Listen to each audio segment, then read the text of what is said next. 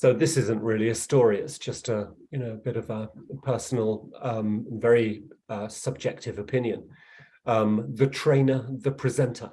Yeah, a lot of technical environments and technical training environments get into a situation where they say, wouldn't it be easier to run the webinar just over a presentation? Yeah, so just information.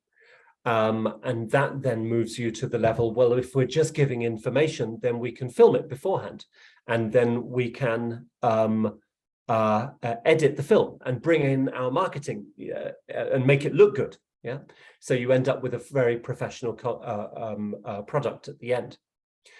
And so there's no real easy way to answer this question. But you do need to ask yourself, why are you there? Are you there to do a presentation, or are you there to teach? Yeah, it's very simple. Yeah, if you're there to do a presentation, then get your slides, do a presentation, monologue all the way, make it as good as you can, use different people to do different parts of the presentation, use rhetorical questions that you answer yourself, interview somebody like we're doing here to make it more interesting so that you see more faces. Yeah, become Steven Spielberg. Good luck. Yeah, don't have any problem with it at all, but good luck. It's difficult, it's expensive, it takes a lot of time, and teaching's much easier. But if you're a teacher, then you have to have interaction, because one of the key principles of all teaching and training is the ratio or balance between trainer talking time and participant talking time. Yeah, and ideally it's less, you speak less than they do. If they are speaking more than you do, then they're learning more, which means if they're taking personal responsibility for the learning process, which is evidenced by interactivity and discussion, then they're actually going to take more away from the stuff that you're trying to give them. So, fundamentally, that big question, why are you there? Are you there to do a presentation, or are you there to actually teach? Oh, yes.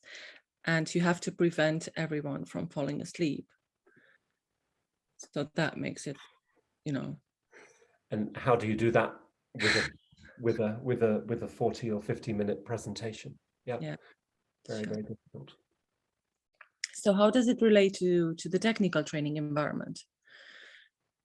The technical training environment is, what can I say? They are guilty in a stereotypical way of having too many slides, too much information, too long on the presentation front. Yeah, so it's just very, very, very challenging to pull them away from the traditional presentation format.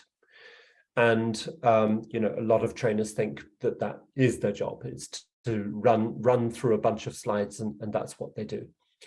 The good thing about most technical training environments that I've seen is that there is always a product, a physical product of some type, which makes group work activities really interesting when they actually happen. Fix an air conditioner, attach this lump of cement to that lump of cement. Yeah, design that lighting circuit, whatever it happens to be. And you can literally do hands-on activity, which is much, much, much better than in our world, where we find it challenging to do actual hands-on practice of skills. So that's an advantage that they have. The disadvantage is when it comes onto webinar, they're very much lost for ideas of how to keep things interactive over time.